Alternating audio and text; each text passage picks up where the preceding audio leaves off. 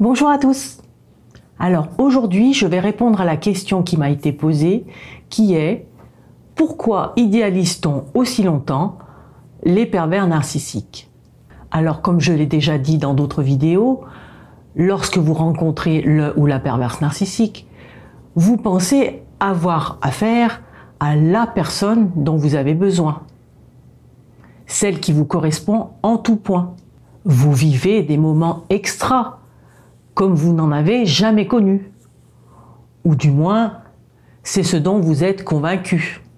Ceci constitue une des raisons pour lesquelles, lorsque votre partenaire ou votre ami change subitement de comportement, vous ne vous attardez pas dessus.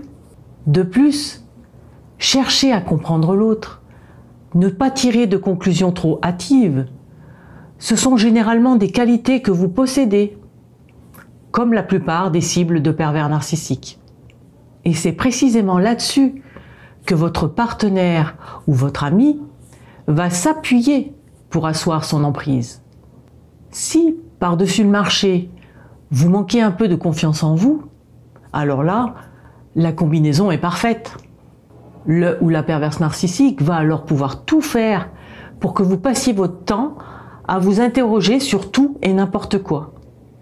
Vous ne vous rendrez donc pas compte du plus important, à savoir que cette personne est en train de tisser sa toile autour de vous et de vous enfermer dans son fonctionnement pathologique.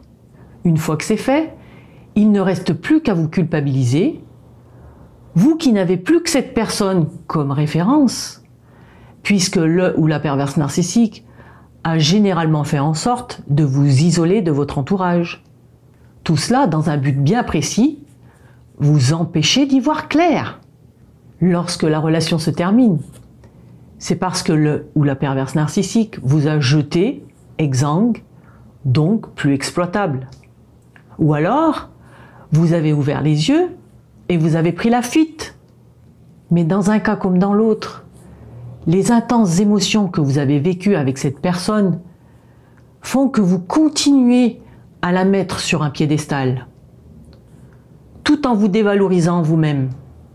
Mais avec le temps, si les contacts avec le ou la perverse narcissique sont au minima bien sûr, le brouillard se dissipe peu à peu.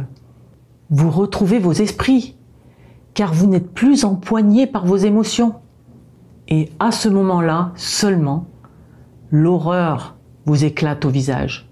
Vous comprenez que ce que vous pensiez avoir vécu de merveilleux avec cette personne n'était en fait qu'un mirage. Pire, vous réalisez qu'elle n'a jamais eu l'intention de construire quoi que ce soit avec vous. C'est insupportable au début. Mais rassurez-vous, si vous décidez de vous consacrer à vous, à vos envies, à remplir vos journées, vous finirez par vous rendre compte à quel point cette personne est dysfonctionnante. Vous devez aussi découvrir ce qui, chez vous, a permis à cette personne d'aller aussi loin sans que jamais vous ne mettiez le holà. Quand vous l'aurez découvert, vous serez libéré. Alors courage à vous. Je vous dis à bientôt.